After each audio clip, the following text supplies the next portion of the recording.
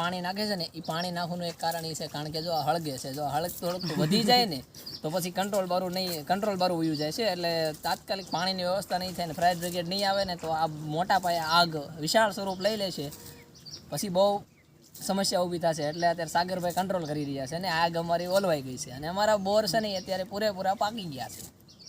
હાલ તો આ છે તો અમારી મોટી બોવડી છે અને એક છે આમ છે એક, અને આ જામફળી છે. આ અમારી વાડીએ છે ને ફ્રૂટ્સ ને એવી બધી જેટલા જે વૃક્ષો છે ને ફ્રૂટ્સ ને એ બધી એના ઝાડવાની બધું આ છે રેડી. અને અત્યારે જો કે હું રનિંગ કરવા આવ્યો હતો, પછી રનિંગ અત્યારે પૂરી કરી દીધી છે અને વિજયભાઈને વિડીયો ઉતારતા વાળી ગયો એટલે ઈને સાગરભાઈ બેઠા હતા એટલે હું આવી ગયો એની બાજુમાં.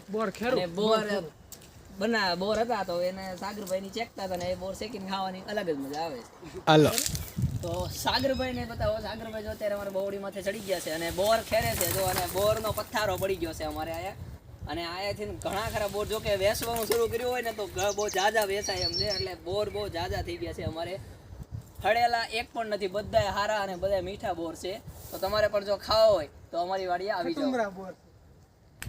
જો તમારે પણ બોર ખાવા હોય તો અમારી આ બોવડી જ્યાં છે ને એ વાડી છે અમારે. હાલ તો અમારી વાડી આવેલી છે કે મેથળી ગામ અમારું, અને વાડી છે અમારે આપણેથી ખોડિયાર સિમેન્ટ પ્રોડક્શન છે ને જ્યાં બેલાનું કામકાજ થાય છે એની બાજુમાં અમારી વાડી છે અને ત્યાં આ બોવડી છે. તો તમારે પણ ખાવા હોય તો તમે પણ આયા આવી શકો છો એમ. જો આ બોવડી અને આ છે અમારા પપૈયા. જો કે આયા પપૈયાથી 1, 2 ને 3 છે પપૈયાના આ જે છોડ છે એ છે, અને ઓલી બાજુ છે દાડેમ અને લીંબુડી એ બધું છે.